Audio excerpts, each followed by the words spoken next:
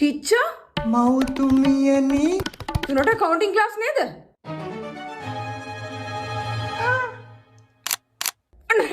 අනේ අපේ හිච්ච කාමරේට දුවලා ගිහින් ක්ලාස් එකට ජොයින් වෙනවා. මෙහෙම කතන්දරයක් දන්නේ නැති හිච්චගේ තාත්තා කාමරේ දොර ගාවට එනවා. හිච්චා අද වොෂ්රූම් ගියාද? ඇහෙනවද පැහැදිලිව පේනවද? ඔව්. කොමඩ් එක ෆ්ලෂ් කරලා දාවේ. මං කියන දේ පැහැදිලිව පේනවද ඇහෙනවද? ඔව්. ඒක ඇතුළට නහයක් කරන් යන්නේ. අනික මම නොදන්නා ඔබේ මතක ගැන. කොතනින්ද නැවැද්දේ මම නවත් මුදරක්වත් උඹලට මතක නැහැ නේද? මට නම් මතකයි. මතකයි?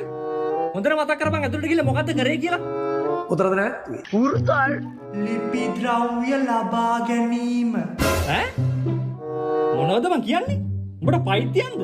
ලිපි ද්‍රව්‍ය මිලදී ගැනීම කියන කොටස කතා කරේ. ඔව්. ඔව්? පයිතියන්ද ඔව් කියන්නේ? එකට කියන්න බෑ කන පල්ලා හරිද? තාම අපි ගණන් හදන්න තාම ප්‍රවිෂ්ඨ වුණේ නැහැ. හරි? හරි තමයි. මේ ලෝකයකෝ අවංකව ළමයෙක්ගේ සාර්ථකත්වයක් දකින්න මහන්සිනේ තුන්ගොල්ලයි.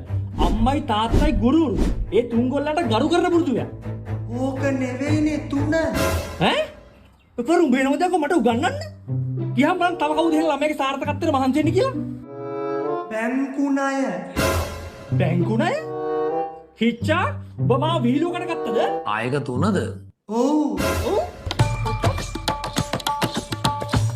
මට බෑ ඩැඩි. පියතුමනි. Acabou.